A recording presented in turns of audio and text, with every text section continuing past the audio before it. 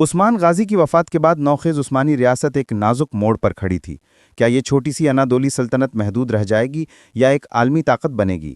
ایسے میں میدان تاریخ میں قدم رکھتے ہیں سلطان مراد اول، وہ دلیر فرمانروا جس کی بصیرت اور جرأت نے عثمانیوں کو ایشیا سے یورپ کے دل تک پہنچا کر تاریخ کا دھارا بدل دیا۔ تقریباً 1326 میں بروسا میں پیدا ہونے والے مراد نے بچپن ہی سے جنگ و جدل اور حکمت عملی کے ماحول میں پرورش پائی اور سفارتکاری اور قیادت کے فن میں مہارت حاصل کی۔ 1362 میں والد کی وفات کے بعد جب مراد نے اقتدار سنبھالا تو اس کے ارد گرد بازنطینی سلطنت، سرب، بلغاری اور انادولیہ کے ترک امرا جیسے طاقتور دشمن موجود تھے، مگر مراد نے اپنی چھوٹی ریاست کو ایک عظیم سلطنت میں بدلنے کا عزم کر رکھا تھا۔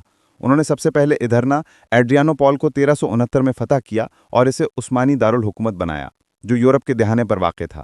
اس کے بعد ان کی فوجیں بلقان کے میدانوں میں سربوں، بلغاریوں اور ہنگریوں کو پے در پے شکست دیتی چلی گئیں۔ 1371 کی مارتسا کی جنگ میں مراد کی قیادت میں ایک چھوٹی سی عثمانی فوج نے ایک بڑی بلقانی اتحاد کو تہس نہس کر دیا، جس سے یورپ کے دروازے عثمانیوں پر کھل گئے اور پورے عیسائی دنیا میں ہلچل مچ گئی۔ لیکن مراد صرف فاتح نہیں بلکہ ایک شاندار منتظم بھی تھے۔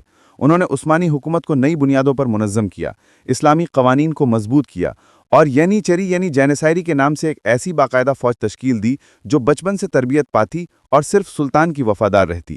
یہ فوج صدیوں تک عثمانی طاقت کی ریڑھ کی ہڈی بنی رہی۔ 1379 میں مراد کو بلقانی افواج کے ایک عظیم اتحاد کا سامنا جنگ کوسوو میں کرنا پڑا جو ایک خون ریز اور فیصلہ کن معرکہ تھا۔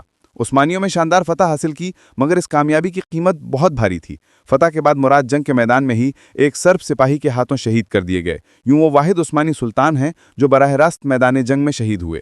اگرچہ ان کی زندگی تلوار کے وار پر ختم ہوئی لیکن ان کی فتوحات اور اصلاحات نے ایسی سلطنت کی بنیاد رکھ دی جو 6 صدیوں تک دنیا پر حکومت کرتی رہی، یہ ثابت کرتے ہوئے کہ ایک لیڈر کی بصیرت پوری تاریخ کا نقشہ بدل سکتی ہے۔